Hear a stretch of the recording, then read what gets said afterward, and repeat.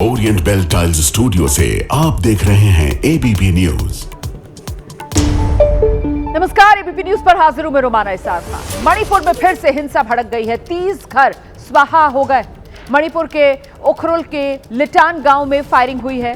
हिंसा के बाद मणिपुर के लिटान गांव से लोग भागने लगे। मणिपुर के उखरुल में इंटरनेट सेवाएं फिलहाल बंद कर दी गई। तो ये बड़ी खबर आ रही है। पूर्वोत्तर राज्य मणिपुर और मणिपुर में एक बार फिर हिंसा भड़की। मणिपुर के उखरुल जिले के लिटान गांव मंगलवार तड़के गोलीबारी की घटना सामने आई। ये तस्वीरें भी आ गई हैं यहाँ लिटान गांव की, जो आप देख रहे हैं। देखिए कितनी ज्यादा यहाँ हिंसा हुई है। इन तस्वीरों को देखकर आप अंदाजा लगा सकते हैं। कई राउंड गोलियां, उसकी आवाज सुनाई पड़ रही है। स्थानीय लोगों में डर दहशत बढ़ गई है। देर रात तड़के सुबह कई घरों में आग लगा दी गई। 30 से ज्यादा घरों को फूंक दिया गया है। ये धधकते घरों की तस्वीरें आपके सामने। देखिए कैसे आग की ऊंची ऊंची लपटें उठती हुई नजर आ रही हैं। एक बार फिर ये हिंसा की आग जिसकी चपेट में मणिपुर आता नजर आ रहा है। और शुरुआत उखरुल से हुई है। उखरुल का लिटान गांव, जहां पर ये हिंसा भड़की। मंगलवार सुबह ये हिंसा भड़की है। कई राउंड यहां पर गोलियां चली हैं। फिलहाल इस पूरे इलाके में इंटरनेट बैन कर दिया गया है। 5 दिन के लिए इंटरनेट सेवा यहां बंद कर दी गई है, ताकि अफवाहें जोर ना पकड़े और हालात काबू में रहें।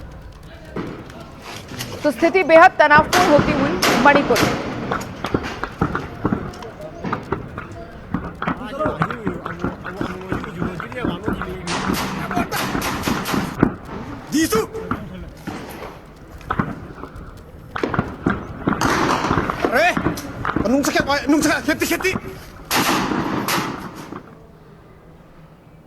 अगली खबर उत्तर प्रदेश से है। कानपुर के लिम्बोर्गिनी कांड से जुड़ी जानकारी सामने आई है। कुछ ही देर में आरोपी शिवम के पिता से पुलिस पूछताछ कर सकती है। आरोपी शिवम मिश्रा के पिता थाने पहुंच रहे हैं, ये जानकारी सामने आई है। अब आरोपी बेटा है, पूछताछ पिता से होगी। वकील पहले ही परिवार का सामने आ गया है और वो शिवम को बचाता हुआ नजर आ रहा है, ये कहते हुए कि शिवम तो गाड़ी चला ही नहीं रहा था, गाड़ी तो ड्राइवर चला रहा था। जबकि जिस तरीके के वीडियो सामने आए हैं वो कुछ और ही कहानी बयां कर रहे हैं। और साथ ही घटनास्थल के जो वीडियो सामने आ रहे हैं उस पर भी गाड़ी से शिवम ड्राइविंग सीट की तरफ से उतरता हुआ नजर आ रहा है और कोई गाड़ी से बाहर निकलता हुआ नजर नहीं आ रहा है। ये तस्वीरें आप देख रहे हैं। के मिश्रा बड़े व्यापारी हैं, बड़े कारोबारी हैं। कानपुर में इनका घर है। देखिए आप इस समय भी जिस गाड़ी में बैठे हुए नजर आ रहे हैं, बड़ी महंगी गाड़ी है वो।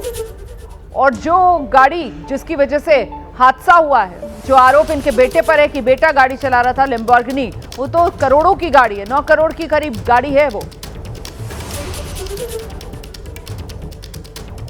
तो पिता निकले हैं थाने जाने के लिए। लिम्बोर्गिनी कांड को लेकर कानपुर पुलिस कमिश्नर की तरफ से बड़ा बयान दिया गया है।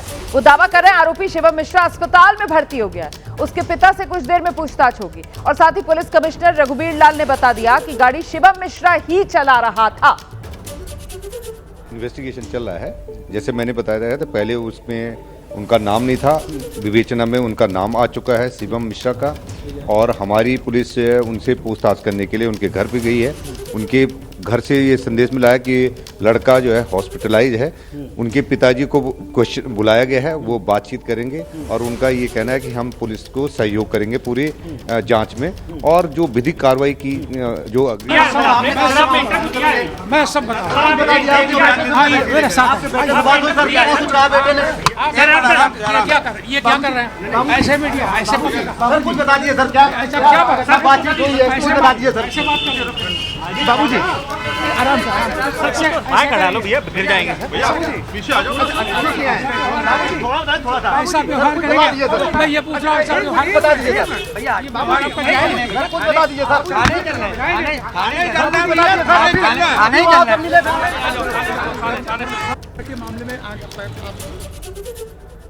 तो मीडिया के सवालों से बचते हुए यहां पर आरोपी शिवम मिश्रा के पिता के मिश्रा को आप देख रहे थे।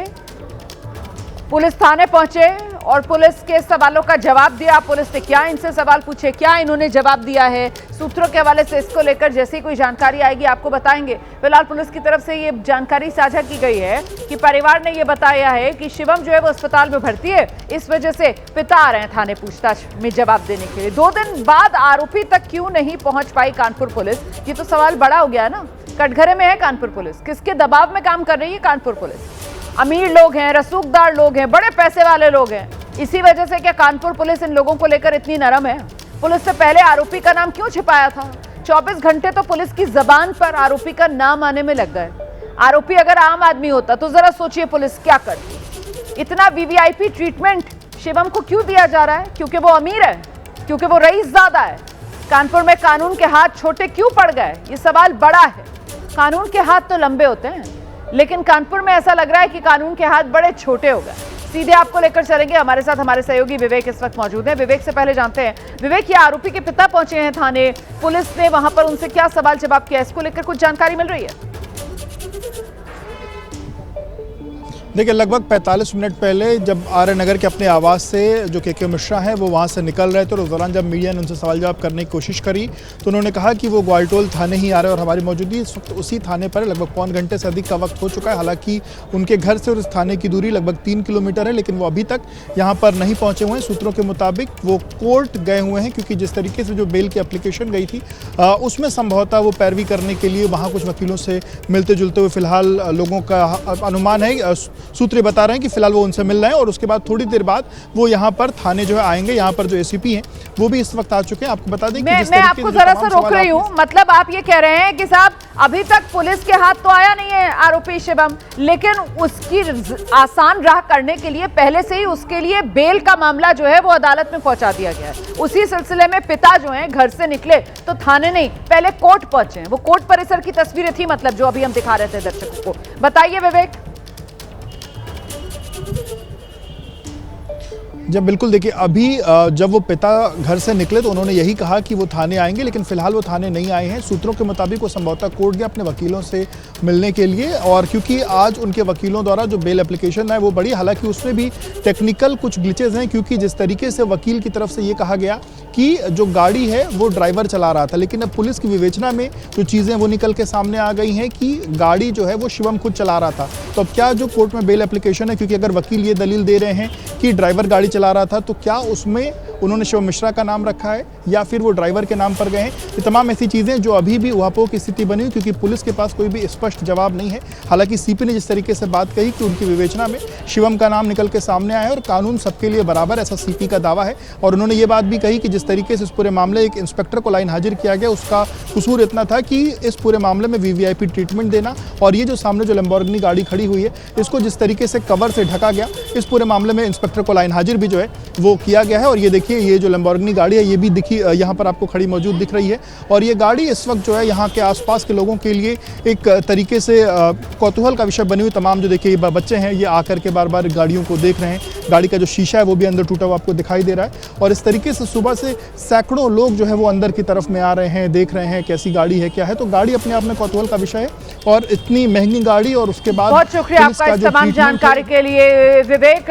मुझे आगे बढ़ना है। इस वक्त एक बड़ी खबर आ रही है, संसद में सरकार और विपक्ष के बीच गतिरोध खत्म हो गया है। सूत्रों के हवाले से ये बड़ी खबर सामने आ रही है कि संसद में सरकार और विपक्ष के बीच जो आर पार की स्थिति बनी हुई थी वो खत्म हो गई है। दोपहर 2 बजे तक आप जानते हैं लोकसभा की कार्रवाई स्थगित की गई थी। अब जानकारी मिल रही है दोपहर 2 बजे से संसद सुचारू रूप से चलेगी। सूत्र ये भी जानकारी दे रहे हैं। किरण रिजिजू के साथ विपक्ष के सांसदों की बैठक हुई है और इसी के बाद ये गतिरोध खत्म हो गया है। सीधे आपको लेकर चलेंगे, हमारे साथ हमारे सहयोगी आशीष इस वक्त मौजूद हैं।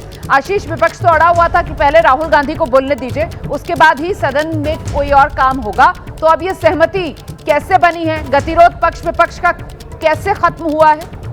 देखिए, किन शर्तों पर ये सहमति बनी है ये अभी जानकारी आनी बाकी है, लेकिन बड़ी जानकारी है कि अभी बैठक खत्म हुई है। पार्लियामेंट्री अफेयर्स मिनिस्टर ने बैठक की और बड़ी बैठक की है। इसमें बाकायदा कांग्रेस के सांसद और general secretary in charge organisation Venugopal शामिल थे, deputy leader of opposition Gaurav Gogoi थे, टी.आर. बालू थे, अभिषेक बैनर्जी थे, ये तमाम नेता इसमें मौजूद रहे, अखिलेश यादव मौजूद थे और उसमें ये सहमति बनी कि 2 बजे से लोकसभा को अब सुचारू रूप से चलाया जाएगा। जो हमें इशारे मिल रहे थे सुबह से रोमाना, उसके आधार पर ऐसा लगता है कि इन सभी नेताओं को मांग प्रमुखता यही थी कि इनको बोलने का मौका दिया जाए, जो पहले इनको बोलने का मौका नहीं मिल पाया था।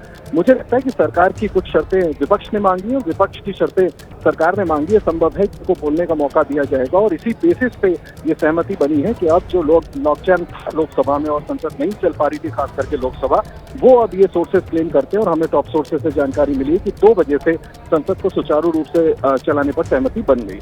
बोलने का मौका दिया जाएगा विपक्ष के सांसदों को, आप ये कह रहे हैं, लेकिन वो मामला तो राष्ट्रपति के अभिभाषण पर चल रहे धन्यवाद प्रस्ताव पर बोलने का था ना, जब विपक्ष एक के बाद एक किसी को भी बोलने का मौका नहीं मिल पाया था, क्योंकि वो सब सॉलिडारिटी में थे राहुल गांधी के कि पहले उनको बोलने दिया जाए और इस चक्कर में वो क्रम आगे बढ़ता जा रहा था। तो अब तो बजट सत्र में बजट पर चर्चा शुरू होनी है, तो फिर बजट पर चर्चा दोपहर 2 बजे शुरू होगी या फिर क्या होने जा रहा है संसद में, इसको लेकर क्या जानकारी है? रोमाना, यही मैंने आपसे कहा कि इसकी जानकारी अभी आएगी, लेकिन मुझे ऐसा लगता है कि पहले से जो मांग विपक्ष की थी कि पहले उनको जो बोलने का मौका नहीं मिल पाया था, विपक्ष के नेता भी तो आपस में फायर फाइटिंग जरूर किए होंगे। उन्होंने भी राहुल गांधी और तमाम कांग्रेस के नेताओं को समझाया होगा कि एक चीज की जिद पकड़ के संसद न चल पाए, लोकसभा की कार्रवाई न हो और दूसरों को भी बोलने का मौका ना मिले। मुझे लगता है कि कुछ कॉम्प्रोमाइजेज विपक्ष की तरफ से भी किए गए होंगे, लेकिन मुझे ऐसा लगता है। बहुत शुक्रिया आपका आशीष इस तमाम जानकारी के लिए। मुझे लगता है अभी बहुत जानकारी आना बाकी है, क्योंकि विपक्ष की तरफ से तो पूरे तीर जो है वो कमान पर चढ़ा लिए गए थे और विपक्ष की तरफ से तो तैयारी अविश्वास प्रस्ताव लाने की स्पीकर के खिलाफ भी है। तो उस मामले को लेकर क्या हुआ है, ये पक्ष विपक्ष के बीच अगर गतिरोध खत्म हुआ है तो सहमति किन शर्तों पर बनी है, और बड़ी बात ये कि ये जो सूत्रों के हवाले से खबर आ रही है, क्या वाकई में गतिरोध खत्म हो गया या फिर दोपहर 2 बजे जब सदन की कार्रवाई शुरू होगी तो एक बार फिर से पक्ष विपक्ष में आर पार और वही शोर शराबा और हंगामा देखने के लिए मिलेगा? मुझे लगता है अभी किसी भी विकल्प को नकारा नहीं जा सकता है। इस बीच अब आपको वो वीडियो में दिखाने जा रही हूं, केंद्रीय संसदीय मंत्री किरण रिजिजू ने साझा किया। ये वीडियो 4 फरवरी का है, जब राष्ट्रपति के अभिभाषण पर धन्यवाद प्रस्ताव पर चर्चा का प्रधानमंत्री नरेंद्र मोदी को लोकसभा में आकर जवाब देना था, लेकिन लोकसभा में जो विपक्ष की महिला सांसद हैं वो जोरदार हंगामा कर रही थी और हंगामा भी इतना कि वो प्रधानमंत्री नरेंद्र मोदी की कुर्सी तक पहुंच गई थी। प्रधानमंत्री नरेंद्र मोदी हालांकि तब तक सदन में नहीं आए थे, लेकिन ये महिला सांसद विपक्ष की ये वहां तक पहुंच गई जहां प्रधानमंत्री नरेंद्र मोदी बैठते हैं। इसके खिलाफ अब बीजेपी की महिला सांसदों ने लोकसभा स्पीकर से पत्र लिखकर इनके खिलाफ कार्रवाई की मांग भी की है।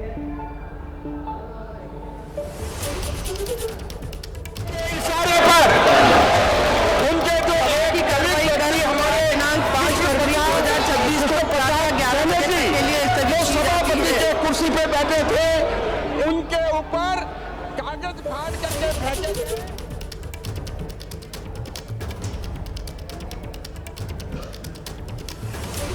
तो ये तस्वीरें आप देख रहे हैं, 4 फरवरी की ये तस्वीरें, वीडियो साझा किया गया किरण रिजिजू की तरफ से और कटघरे में उन्होंने विपक्ष की महिला सांसदों को खड़ा किया है। 4 फरवरी को प्रधानमंत्री नरेंद्र मोदी को लोकसभा में आना था, संबोधन करना था, लेकिन उससे पहले ही महिला सांसद उनकी कुर्सी के नजदीक पहुंच गई, वहां जाकर घेराव कर लिया। इसको लेकर भी पक्ष विपक्ष में आर पार छिड़ा हुआ है और किरण रिजिजू ने 4 फरवरी का ये जो वीडियो पोस्ट किया है, इसको लेकर कांग्रेस की सांसद वर्षा गायकवाड़ जो यहां नजर भी आ रही हैं इन तस्वीरों में, वर्षा गायकवाड़ का बयान सामने आया, कह रही है कि हम प्रधानमंत्री की कुर्सी के पास गए थे लेकिन हमारे हाथ में बैनर था, कोई AK-47 नहीं था।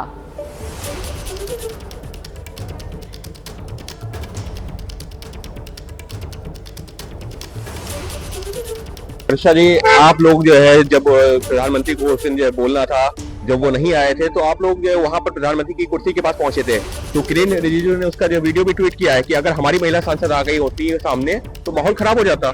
क्यों खराब हो जाता? हम तो बैनर लेके खड़े थे, तो क्यों खराब हो जाता माहौल? हम तो कहीं मारापीट करने नहीं गए थे वहाँ पे, हम तो अपना बैनर लेके गए थे, तो क्यों हो जाता गलत? और रोज तो हम लोग सामने आके करते ही है ना एजिटेशन, तो क्यों गलत हो जाता? आपके मन में चोर हो गए इसलिए शायद आपको सब चीजें गलत लग रही है, हमारे मन में तो कुछ नहीं था। हम तो अपना बैनर लेके आए थे, हम तो लोकशाही के तरीके से जो है वो आंदोलन कर रहे थे। तो इस तरह से अगर आप लोग करोगे तो आपको 4 दिन लगे वीडियो देखने के लिए। आप तो वहाँ मौजूद थे खुद संसद में, तो आपको पता नहीं था क्या कि हम क्या लेके आए थे, कैसे थे, क्या कर रहे थे? देखिए अभी 4 दिन के बाद बार बार जो एक लोगों में चर्चा का विषय बन गया है कि जिस तरह से महत्वपूर्ण विषय के ऊपर बात नहीं करनी है, आपको मालूम है जेफरी एप्स्टाइन की फाइल के बात नहीं करनी है, बड़े पैमाने पे हम देख रहे हैं टैरिफ की बात नहीं करनी है, जैसे मैंने कहा कि चाइना के ऊपर बात नहीं करनी है, घुसखोरी के ऊपर, ना ही उनको जो है महंगाई, बेरोजगारी, अलग अलग विषयों के ऊपर जो बुक राहुल जी उस दिन लेना चाहते थे उस बुक को लेना नहीं चाहते थे। तो कम से कम ये तो कहिए कि हम डर के नहीं आए, क्यों हमारे ऊपर बार बार जो है अलग अलग इल्जाम लगाने का काम हो रहा है। आप लोग पीएम की सीट के पास पहुंच गए थे और रिजिजू ने यही बताया कि आप लोग हम पहुंच गए थे, हम तो वहाँ पे खड़े थे बाहर ना, लेकिन हम बैनर लेके खड़े थे। हम कौन सा हथियार लेके गए थे? नहीं, मुझे बताइए ना कि हमारे पास AK-47 थी या कोई बंदूक थी या कोई चाकू था या कुछ था, हम तो ऐसे ही गए थे। आज भी मेरे पास वही पर्स है, वही मोबाइल है, तो मोबाइल भी नहीं थे हमारे हाथ में, तो किस चीज को हम लेके गए थे कि जिसका इतना बवाल हो रहा है।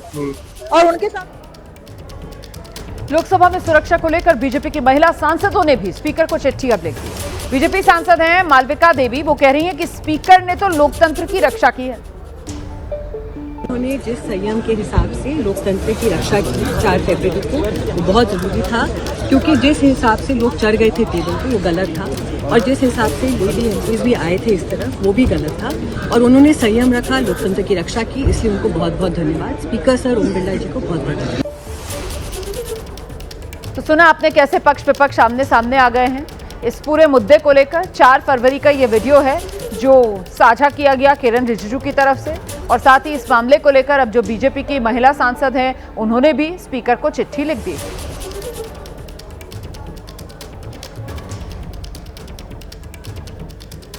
और इस बीच एक बड़ी खबर आपको बता दें, लोकसभा अध्यक्ष के खिलाफ अविश्वास प्रस्ताव दे दिया गया है। इस वक्त की बड़ी खबर, लोकसभा स्पीकर ओम बिरला के खिलाफ अविश्वास प्रस्ताव दिया गया है। ये इस वक्त की बड़ी खबर है। देखिए, अब से कुछ देर पहले खबर आ रही थी कि गतिरोध खत्म हो गया है, पक्ष विपक्ष में बात बन गई है, लेकिन ये तो मामला फिलहाल बढ़ता हुआ नजर आ रहा है, क्योंकि विपक्ष ने लोकसभा स्पीकर ओम बिरला के खिलाफ अविश्वास प्रस्ताव दिया। लोकसभा स्पीकर के खिलाफ अगर विपक्ष अविश्वास प्रस्ताव ला रहा है तो इसके मायने अपने आप में ये हो जाते हैं कि ये मामला और आगे बढ़ता हुआ नजर आ रहा है। सांसद गौरव गोगोई, सांसद के सुरेश, सांसद मोहम्मद जावेद ने ये प्रस्ताव दिया है। विपक्षी दलों के 114 सांसदों ने अविश्वास प्रस्ताव जो है उस पर हस्ताक्षर किए हैं। नियम 94C के तहत ये जो अविश्वास प्रस्ताव है वो लाया गया है। सीधे आपको लेकर चलेंगे, हमारे साथ हमारे सहयोगी मोहित इस वक्त मौजूद हैं, और जरा मोहित से ही जानते हैं। मोहित, ये जो प्रस्ताव दिया गया है, इंडिया गठबंधन के सभी दलों ने एकजुट होकर लोकसभा अध्यक्ष के खिलाफ ये अविश्वास प्रस्ताव लाया है? जी बिल्कुल, देखिए सभी विपक्षी दलों ने अविश्वास प्रस्ताव पे जो है हस्ताक्षर किया, सिर्फ टीएमसी को छोड़कर, और 118 से ज्यादा सांसदों ने हस्ताक्षर किया है। ये विपक्षी दलों के नेताओं का कहना है। जयराम रमेश जो महासचिव है कांग्रेस पार्टी के, कम्युनिकेशन डिपार्टमेंट के चेयरमैन है, उनका कहना है अविश्वास प्रस्ताव जब सबमिट करने गए थे, जिसमें तमाम विपक्षी दलों के नेता मौजूद थे, इसमें के सुरेश, गौरव गोगोई मौजूद थे, और इन नेताओं ने विपक्षी दलों के नेताओं के साथ सेक्रेटरी जनरल को जो है जाके ये सबमिट किया है। तो 94C के नियम के तहत ये रिमूवल ऑफ स्पीकर का जो रेजुलेशन है वो सबमिट जाकर किया है। तो अब क्या ये लोकसभा सचिवालय जो है वो तय करता है कि ये जो अविश्वास प्रस्ताव लाया गया है स्पीकर के खिलाफ, इसको स्वीकार किया जाए या नहीं? ये फैसला अब लोकसभा सचिवालय को लेना होगा, प्रस्ताव को स्वीकार किया जाए या नहीं? बिल्कुल, आपने सही कहा कि अभी सत्यापन लोकसभा सचिवालय करेगा, और सत्यापन करने के बाद अगर जांच में सही पाया जाता है ये पूरा प्रस्ताव, तो उसके बाद इसको मूव किया जाएगा। तो अभी इसके लिए कोई समय सीमा होती है क्या? बिल्कुल, देखिए अभी आज किया गया है और आज सत्यापन होगा, और 1 या 2 दिनों में इसको जो है लोकसभा के भीतर मूव किया जाएगा। लेकिन एक और नियम है कि अगर ये मूव कर दिया गया लोकसभा में तो आसन पर स्पीकर नहीं बैठ सकते हैं। तो ये वो तो बहुत आगे की बात हो गई है ना मोहित। पहली बात तो ये है कि भाई अविश्वास प्रस्ताव ये विपक्ष के सांसदों ने लोकसभा सचिवालय को दिया है। पहली बात तो ये है कि वो पहला पड़ाव ही लोकसभा सचिवालय से ही ये अविश्वास प्रस्ताव विपक्ष का स्वीकार हो जाए, इसी के आसार नहीं नजर आ रहे हैं, क्योंकि बार बार सत्ता पक्ष की तरफ से तो नियम का हवाला दिया जा रहा है ना कि नियम नहीं इजाजत देता है। एक ऐसी किताब जो छपी नहीं है, आप उसका हवाला देने पर अगर अड़ गए हैं तो सत्ता पक्ष आपको क्यों इजाजत देगा? तो ऐसे में जो लोकसभा स्पीकर हैं वो तो नियम के हिसाब से ही सदन चला रहे हैं, तो फिर ये अविश्वास प्रस्ताव स्वीकार कर लिया जाएगा, इसके तो आसार बहुत कम है ना मोहित। देखिए रुमाना, एक किताब का सिर्फ मसला नहीं है, तमाम इश्यूज का जिक्र किया गया है। और देखिए आपने सही बात कही है कि जब भी कोई प्रस्ताव लाया जाता है तो बाकायदा उसमें रीजन दिया जाता है। तो कई रीजन उसमें दिए गए हैं कि नेता प्रतिपक्ष को बोलने से रोका गया है, नेता प्रतिपक्ष अपनी बात क्यों नहीं कह सकते हैं। और सरकार का अपना एक पक्ष है, दलील है कि सिर्फ बजट सत्र अगर चल रहा है, बजट की अगर चर्चा हो रही तो सिर्फ बजट पे ही बात करनी है। तो ये जो है सरकार का पक्ष है। लेकिन दूसरी ओर अगर हम बात करें तो विश्वास प्रस्ताव लाने के तहत जो सत्यापन का काम है वो लोकसभा सचिवालय का काम है। वो लोकसभा सचिवालय तय करेगा कि कितने भी सांसद हैं, क्या वो सांसद हैं, क्या वो उन्होंने सही हस्ताक्षर किया है। जिन दिन और बाकायदा सांसदों से पूछा भी जाएगा कि अगर आपने हस्ताक्षर किया है क्या आप ही के हस्ताक्षर हैं, तो बाकायदा सत्यापन के बाद, जांच के बाद आगे की जो है कार्रवाई है वो की तो लोकसभा सचिवालय जो है वो किस आधार पर कोई अगर अविश्वास प्रस्ताव लाता है स्पीकर के खिलाफ तो उसको स्वीकार करता है या अस्वीकार करता है? वो सिर्फ ये टेक्निकलिटीज देखता है या फिर कोई मेरिट के आधार पर भी उसको जज किया जाता है? देखिए, जो मेरिट के आधार पर ही किया जाता है और नियम 94C के तहत नियम कानून है, नियम है, उसके तहत ही कोई 50 सांसद जो है हस्ताक्षर करके ये प्रस्ताव ला सकते हैं। तो मेरिट के आधार पर अगर किया जाता है तो मतलब इसे स्वीकार या अस्वीकार करने से पहले जो लोकसभा सचिवालय है वो दूसरा पक्ष, मतलब क्या स्पीकर को खुद मौका मिलता है कि वो अपने पक्ष में बात रख सके लोकसभा सचिवालय में? देखिए, अब पूरी गेंद जो है वो लोकसभा सचिवालय के पाले में है। उसको तय करना है कि किस तरीके से इसको लाना है या नहीं लाना है या उसको रोकना है। ठीक है। अब यहाँ से महत्वपूर्ण हो जाता है मोहित की कुल मिलाकर अब क्योंकि विपक्ष की तरफ से तो ये कदम भी बढ़ा दिया गया है, अविश्वास प्रस्ताव स्पीकर के खिलाफ ले आया गया है, तो मतलब ये रार पक्ष विपक्ष की अब यहाँ से कम नहीं होगी बल्कि और बढ़ती हुई नजर आ रही है। मोहित,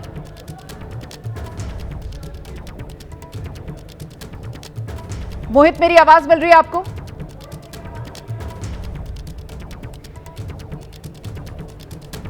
मोहित से हमारा संपर्क नहीं हो पा रहा है। इस वक्त ये बड़ी खबर मैं आपको बता दूं, अविश्वास प्रस्ताव विपक्ष की तरफ से लाया गया है और लोकसभा सचिवालय में अविश्वास प्रस्ताव जो है वो लोकसभा अध्यक्ष के खिलाफ विपक्ष की तरफ से दे दिया गया है। अब देखना ये होगा लोकसभा सचिवालय अविश्वास प्रस्ताव को लेकर क्या फैसला करता है। जैसे कि हमारे सहयोगी मोहित बता रहे थे कि 1-2 दिन में लोकसभा सचिवालय को फैसला लेना होता है। इस वक्त की बड़ी खबर आपको बता दें, कानपुर के लैम्बोर्गिनी कांड में आरोपी शिवम के पिता का बयान सामने आया है। पुलिस कमिश्नर के दावे को वो गलत बता रहे हैं, कह रहे हैं शिवम गाड़ी नहीं चला रहा था। शिवम के पिता का बयान सामने आया है, कह रहे हैं कि शिवम गाड़ी नहीं चला रहा था।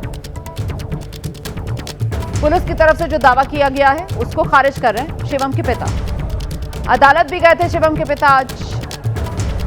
अभी तक शिवम जो है वो पुलिस के हत्थे नहीं चढ़ पाया, लेकिन पिता जो हैं वो बेटे के लिए पूरी कवायद करते हुए नजर आ रहे हैं। और साथ में ही सुनिए, साथ में ही उसके साथ में ही जब उसमें हाथ लगाया गाड़ी स्लो हो गई। गाड़ी स्लो होने के बाद में ब्रेक मारा उसने, तब तक एक टेम्पो वाला आ गया, उसने साइड से टक्कर मारी, गाड़ी लेफ्ट साइड रुकी, इन्होंने ब्रेक मारा, गाड़ी ब्रेक से रुक गई।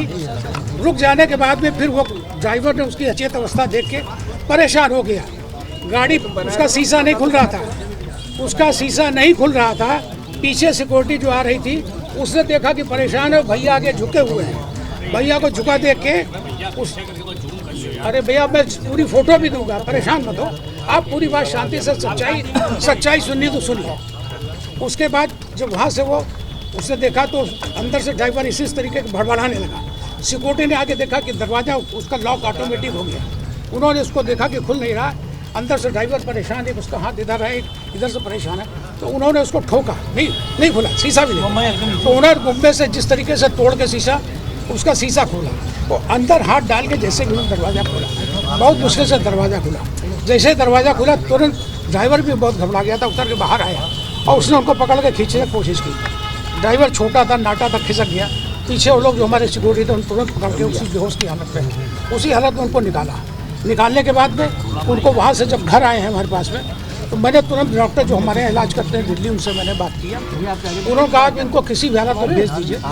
मैंने कहा अभी इनको होश नहीं आ रहा है, बोले आप रुकिए, मैं एक दवा बता रहा हूँ। कोई दवा बताई उन्होंने, थोड़ी देर घर पे रहे वो, आधा घंटा 1 घंटा। उसके बाद उनको थोड़ा सा सेंस आया। सेंस आने के बाद में फिर मैंने डॉक्टर से कहा सब इनको क्या करना है, आप आ सकते हैं क्या? बोले मेरे उसके बाद जो है उनको आप वापस भेजना दीजिए। मैंने इनको तुरंत दूसरी गाड़ी से उस लोगों के साथ इनको रवाना कर दिया। दिल्ली का नंबर डॉक्टर सब मैं बता रहा हूँ, शांति से सुनिए, परेशान न हुई। फिर आपको जो लिखना लिखिए, कोई असत्य नहीं बोलूँगा, मुझे इसकी ज़रूरत भी नहीं है, सब मैं बताता हूँ। तो अब उसके बाद में उनको डॉक्टर के पास में हमने रवाना किया। डॉक्टर वहाँ पहुँच गए, डॉक्टर के अंदर में वो आ गया। आने के बाद में उसको डॉक्टर अभी भी जांच कर रहे हैं। उनके पास कई कारण हैं, मैंने उनसे रोज़ पूछता हूँ। बीपी कारण हो सकता है, और भी कोई कारण ऐसा हो सकता है जो हो। ब्रेन की भी जांच करा रहे हैं, पूरी सिटी स्कैन भी हो रही, सारी जांचें चल रही। आज भी मैंने सुबह फ़ोन किया था, क्या वो यहाँ आने की पोजीशन में है क्या?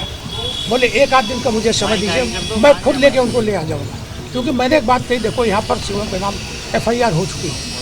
तो बोले कोई नहीं, कानून का, हमने कहा मैं कानून का सम्मान करता हूँ, उनको यहाँ आना पड़ेगा। अगर कानून में उनकी FIR हुई है तो उनको यहाँ पर पूरी बात बतानी पड़ेगी। ये बात आज मेरी हुई है।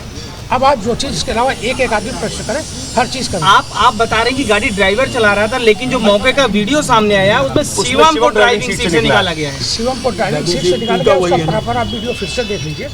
जो मुझे रिपोर्ट मिली, मैं वहाँ था नहीं। वो वीडियो आपने खुद पुलिस कमिश्नर भी इस बात को कह रहे हैं कि शिवम गाड़ी चला रहा है। नहीं, आप कमिश्नर साहब का कहना है कि शिवम गाड़ी चला रहा था, ऑन माइक रिकॉर्ड उन्होंने बोला है। शिवम गलत बोल, नहीं सर गलत बोल रहे हैं। अगर कोई बोल रहा है तो गलत बोल रहा है। कोई भी बोल रहा है, पुलिस बोल रही है, गलत बोल रही है। कमिश्नर गलत बोल रहे हैं, बिल्कुल गलत बोल रहे हैं, ऐसा नहीं। क्या ओवर स्पीडिंग की आदत थी इसको? ओवर स्पीडिंग की आदत थी? नहीं सर, वहाँ स्पीड हो ही नहीं सकती। सिविल लाइन में कितनी हो गया? कुछ लोगों का ये भी कहना है कि उस वक्त जब ये एक्सीडेंट हुआ है वो नशे में थे। नहीं, नशे में हमारे यहाँ कोई पीना खाने वाला कमी नहीं है। क्या हुआ? हमारे खानदान में कोई ऐसा नहीं है। कल जब पुलिस गई आपके यहाँ इन्वेस्टिगेशन के लिए, कल पुलिस आपके यहाँ पे गेट नहीं खोला? बिल्कुल नहीं खोला। क्यों नहीं खोला? मैं इसलिए कि डर रहा हूँ, मैं डर रहा हूँ। चलिए, तो वारदात के 2 दिन के बाद अब पिता सामने आए हैं और 48 घंटे के बाद पिता की तरफ से जो पूरा पक्ष रखा जा रहा है उसमें पिता कह रहे हैं शिवम के कि शिवम गाड़ी नहीं चला रहा था, गाड़ी ड्राइवर चला रहा था। जो भी कह रहा है कि गाड़ी शिवम चला रहा था वो झूठ बोल रहा था। जब पिता से पूछा गया कि ऐसे कितने वीडियोस हैं जिसमें शिवम नजर आ रहा है, ड्राइविंग सीट जहां पर वो बैठा हुआ था वहां से वो निकलता हुआ नजर आ रहा है, इस पर पिता कह रहे हैं कि देखिए मैं नहीं था वहां पर, जो मुझे जानकारी दी गई है मैं उसी के आधार पर अपनी बात बता रहा हूं। लेकिन कुल मिलाकर मामला जो है वो वाकई में सुर्खियों में है, क्योंकि नाम FIR में शिवम का है और शिवम कहां है अब तक पुलिस के हाथ तो नहीं आ पाया शिवम। हाँ, पिता जरूर सामने आए हैं और पुलिस में जाने से पहले पिता अदालत भी गए हैं और वहां पर शिवम की बेल की कोशिश भी की गई है। सीधे आपको लेकर चलेंगे, हमारे साथ हमारे सहयोगी विवेक राय इस वक्त मौजूद है। जरा जानते हैं विवेक से ये पूरा मामला कैसे आगे बढ़ रहा है। विवेक, पिता की तरफ से बता दिया गया है शिवम तो दिल्ली में है, यही बताया ना पिता ने, इलाज के लिए दिल्ली भेज दिया गया है और यहाँ पिता की तरफ से कोशिश बेल लेने की हो रही है शिवम के लिए। देखिए, आपको बता दूं कि इस वक्त जो पिता का बयान है वो हो चुका है। ग्वालटोली थाने से पिता जा रहे हैं। ये सामने की जो गाड़ी है, इसी गाड़ी से पिता फिलहाल ग्वालटोली थाने से निकल चुके हैं। लगभग 15 मिनट जो है पिता यहाँ पर थाने में रहे और थाने में रहकर उन्होंने अपना जो बयान है वो दर्ज करा। यही ग्वालटोली थाना है और एक बार अंदर की तरफ में भी चलते हैं और एक एक तस्वीर के साथ साथ एक एक चीज़ बताते हैं। पिता ने जो आज यहाँ पर अपनी बातें रखी उसमें पिता का ये कहना है कि उनको जो लोगों ने बताया, गार्ड ने बताया, उसमें ये बात बताई गई है कि उस वक्त 2 लोग गाड़ी में मौजूद थे, जिसमें कि एक शिवम और एक मोहन। मोहन जो है वो ड्राइवर है, शिवम जो है वो लेफ्ट की तरफ की सीट में बैठा था और मोहन जो है वो ड्राइविंग कर रहा था, यानी कि मोहन ही ड्राइविंग सीट पर था। आज पिता ने इस बात को लेकर के दावा किया है। इसके साथ साथ आपको बता दें कि पिता ने ये बात कही कि मोहन ने ये बात बताई है कि जब मोहन गाड़ी चला रहा था उस दौरान शिवम की तबीयत खराब हुई और शिवम गाड़ी में हल्का सा आगे की तरफ में बेंड हुए, जिसके बाद मोहन ने शिवम को देखने की कोशिश करी और इसी दौरान दाहिनी तरफ से एक ई रिक्शा आया, जिसकी वजह से गाड़ी बाईं तरफ जब टर्न हुई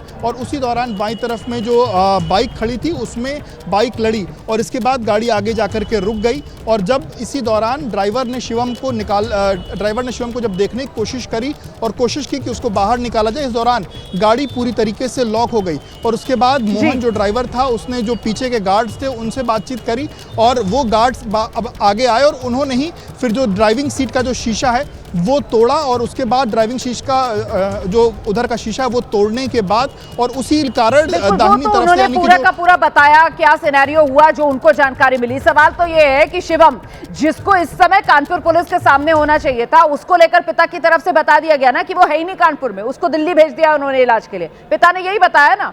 तो फिलहाल जो दावे अलग अलग सामने आ रहे हैं पिता की तरफ से, पुलिस की तरफ से, वो जरा दर्शकों को सुनाते हैं। इन्वेस्टिगेशन चल रहा है। जैसे मैंने बताया था पहले उसमें उनका नाम नहीं था, विवेचना में उनका नाम आ चुका है शिवम मिश्रा का, और हमारी पुलिस उनसे पूछताछ करने के लिए उनके घर पे गई है। उनके घर से ये संदेश मिला है कि लड़का जो है हॉस्पिटलाइज है।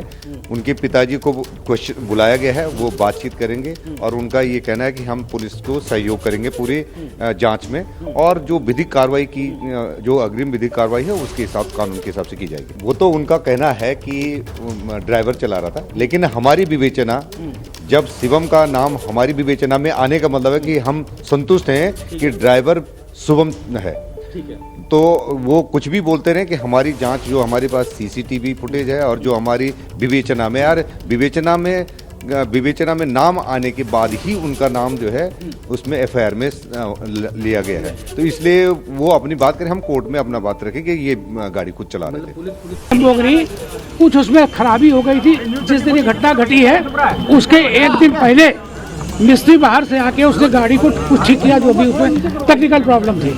उसके बाद में दूसरे दिन शिवम और ड्राइवर, दो आदमी उस गाड़ी को टेस्टिंग के लिए ले गए। भाई दिन में देखे, आप बाद में प्रश्न करिए, मैं अपनी बात खत्म करूँगा। वो उसको गाड़ी को टेस्ट के लिए गए, सिविल लाइन्स तक ले गए। सिविल लाइन्स से लेके वो धीरे वापस आ रहे थे।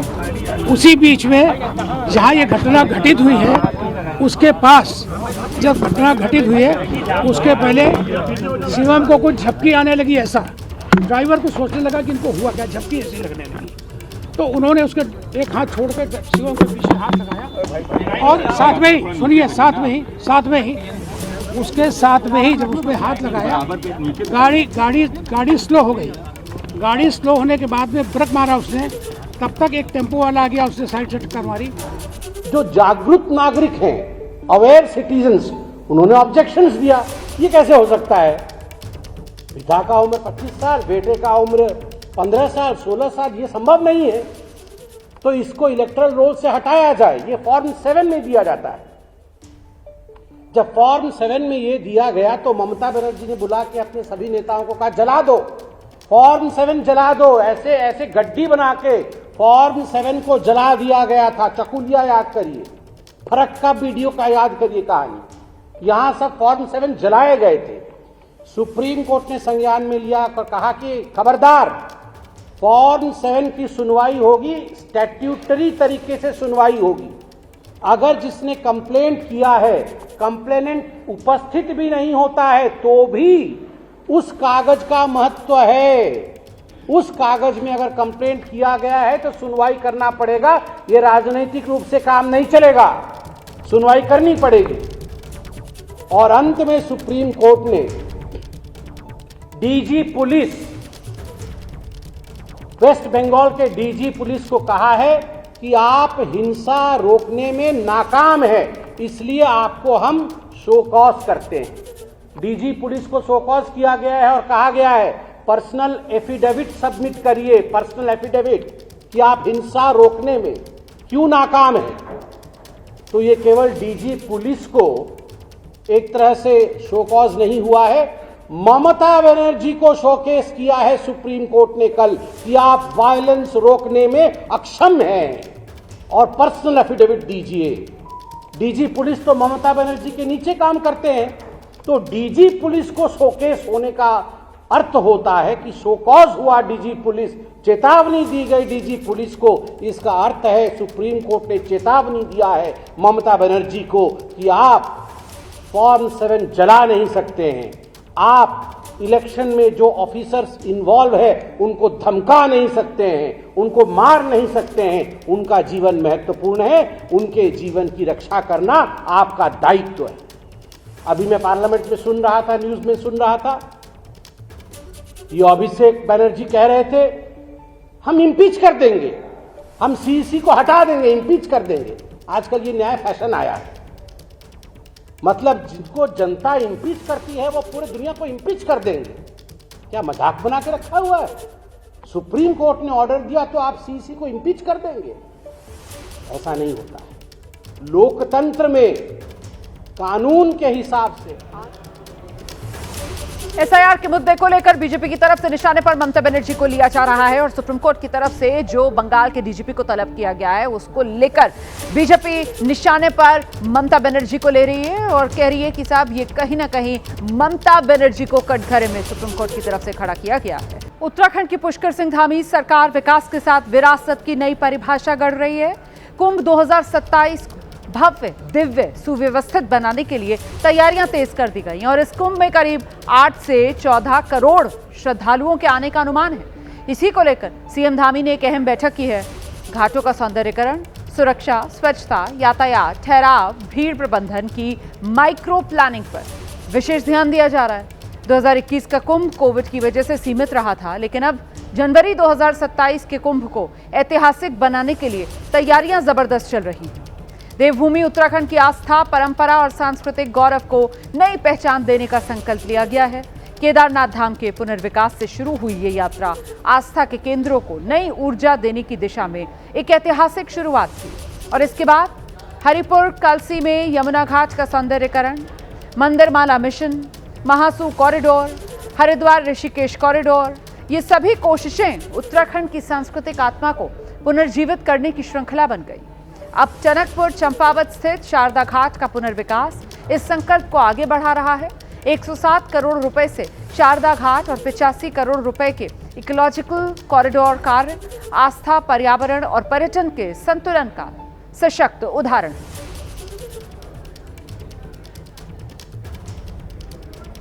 और फिलहाल एबीपी न्यूज पर मुझे इजाजत दीजिए। खबरों का सिलसिला लगातार जारी है।